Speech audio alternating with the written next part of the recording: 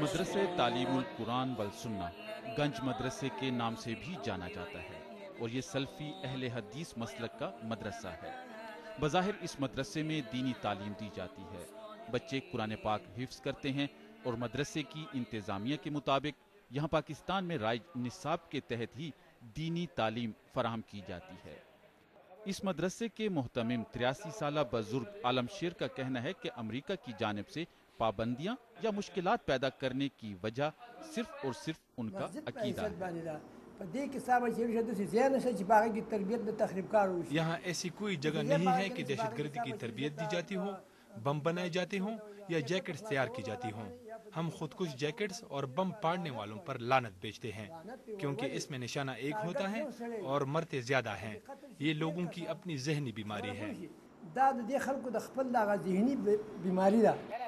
اندرون پشاور شہر کی فصیل میں گنج دروازے سے کوئی ایک فرلانگ کے فاصلے پر ایک تنگ گلی میں یہ مدرسہ چھوٹے چھوٹے مکانات میں گھرا ہوا ہے۔ یہی وہ دینی مدرسہ ہے جس پر امریکہ کی جانب سے پابندیاں عائد کی گئی ہیں۔ 17 مرلے پر محیط اس عمارت میں لگ بھگ 100 کے قریب بچے زیر تعلیم ہیں۔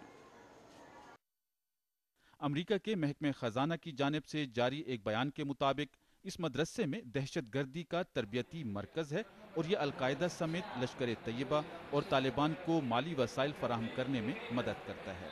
اس مدرسے میں 20 سال تک مدرس رہنے والے شیخ امین اللہ کو امریکہ نے سن 2009 میں دہشت گردوں کی فہرست میں ڈال دیا تھا۔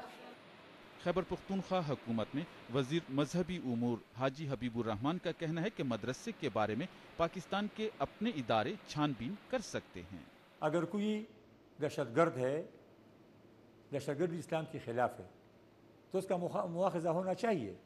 ہم یہ نہیں کہتے کہ ایک مدرسہ ہے، لیکن تحقیق چاہیے۔ ہمارے علم میں تو جتنے بھی مدرسے ہیں یہ اسلام کے قلعے ہیں اور ان پاکستان کی نظریاتی سرحدوں کے محافظ ہیں۔ یہ شاید پہلا موقع ہے کہ امریکہ جیسے ملک کے محکمہ خزانہ نے پاکستان میں کسی ایک مدرسے پر اقتصادی پابندیاں عائد کی ہیں، لیکن اب تک یہ واضح نہیں ہے کہ ان پابندیوں کے کیا اثرات ہوں گے، کیونکہ مدرسے کی انتظامیہ کے مطابق امریکہ ان کی مالی مدد کرتا ہی نہیں ہے۔ عزیز اللہ خان، BBC نیوز، پشاور۔